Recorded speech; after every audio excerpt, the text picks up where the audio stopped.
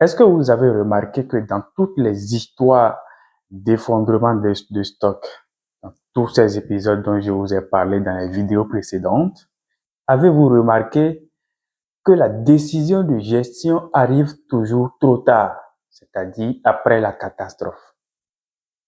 Je vous dirai dans cette vidéo pourquoi ça arrive trop tard et qu'est-ce qui oblige les autorités, les gouvernements, les organisations à décider de commencer à gérer une pêcherie. Nous sommes en 1992 en Terre-Neuve au Canada, un matin où les pêcheurs canadiens se préparaient à sortir et on leur annonce: la pêche à la morue est fermée indéfiniment. 30 000 personnes se retrouvent sans travail du jour au lendemain. Le vrai drame des océans, c'est qu'on ne voit pas ce qui se passe sous l'eau. Un stock de poissons peut passer de 100 à 10 individus sans que personne ne s'en aperçoive jusqu'à ce que les bateaux remontent les filets vides. Ce qui attire l'attention, c'est toujours la crise et jamais l'anticipation. Aujourd'hui, un tiers des stocks de poissons à travers le monde sont dans un état d'exploitation non durable. Ça veut simplement dire que d'ici 50 ans, des espèces de poissons pourraient complètement disparaître et qu'on ne pourra plus les avoir dans nos assiettes, ou du moins au même prix. Alors pourquoi on n'en parle pas plus? Pourquoi on n'entend pas autant parler de la gestion des pêches dans les médias? Finalement, qu'est-ce qui met la gestion des pêches dans les débats, sur la scène? On le verra à travers 4 grandes raisons que je vais vous énumérer.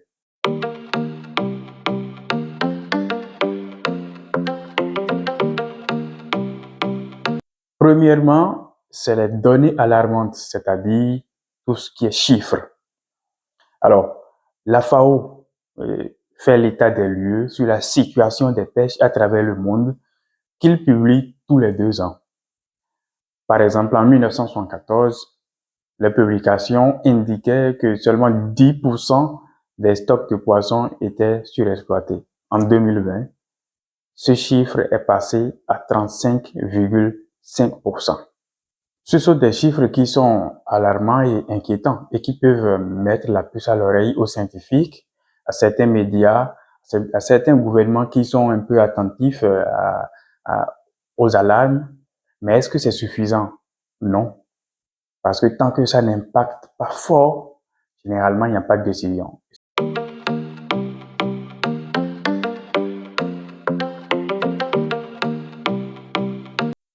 Les médias jouent un rôle très important dans la société et ça, vous le savez déjà.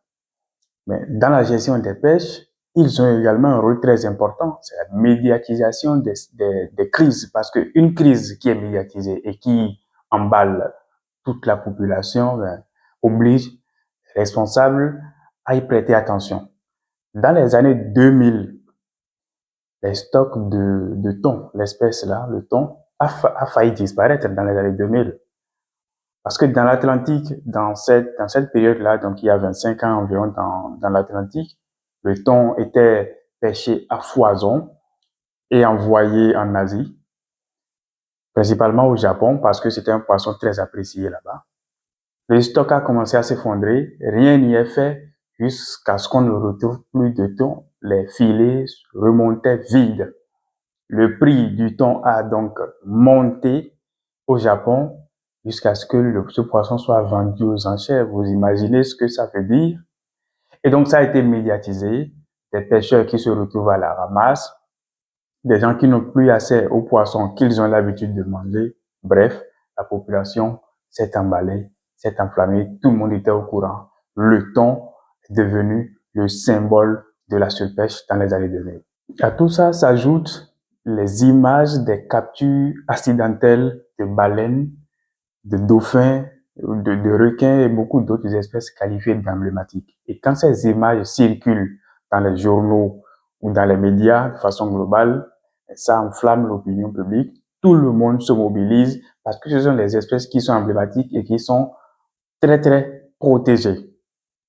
On parle également dans cette période-là de la pêche illégale avec des photos, des images vidéo de bateaux fantômes qui pêchent sans licence dans les eaux internationales, même parfois dans des eaux territoriales de certains pays africains.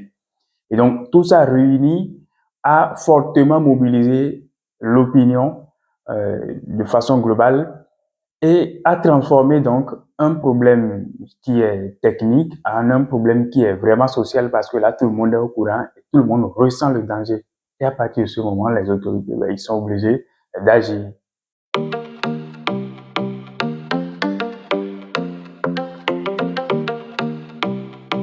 Vous vous doutez bien que tant que ça ne touche pas une zone très très sensible, ces mecs, ils ne réagissent pas.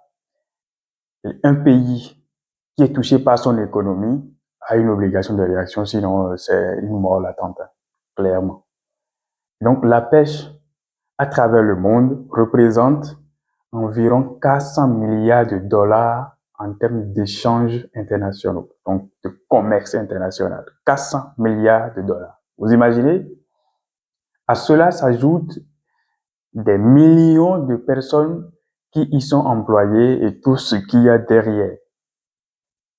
Et ensuite, toutes les traditions culturelles entières qui tournent autour de la pêche. Ça veut dire qu'il y a une dimension qui est économique, qui est très importante, une dimension sociale et une dimension culturelle.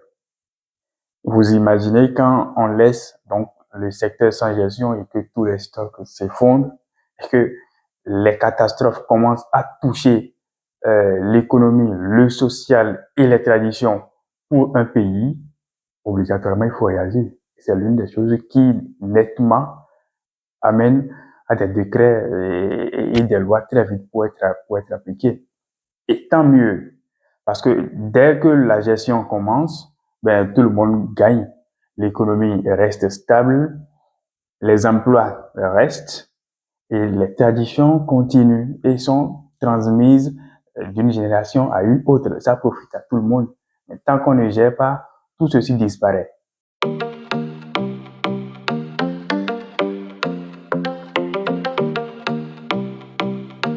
Le changement climatique, je pense qu'on n'en parle pas beaucoup et on n'en parle pas vraiment. On ne lui donne pas le poids qu'il a dans les débats. Parce que sur la gestion des pêches, c'est en fait un phénomène qui va redéfinir tous les outils de gestion et surtout les accords entre les différents pays qui gèrent les quotas, principalement l'Union européenne qui fonctionne principalement sur les quotas. Je vais vous donner un exemple. Avec le changement climatique, la température de l'océan augmente. Quand la température augmente, ça veut dire qu'il y a des espèces qui n'ont plus leur optimum de température et vont la chercher où est-ce qu'elle se trouve. Les espèces d'eau tempérée vont donc commencer à monter. Donc, quand je prends le cas de l'Atlantique, par exemple, les bateaux français qui pêchent dans l'Atlantique vont commencer à pêcher de moins en moins parce que les poissons, là, ce sont des espèces d'eau tempérée, mais vu l'augmentation de la température de l'océan, vont commencer à monter vers le nord, donc en direction de l'Angleterre, du Groenland et autres.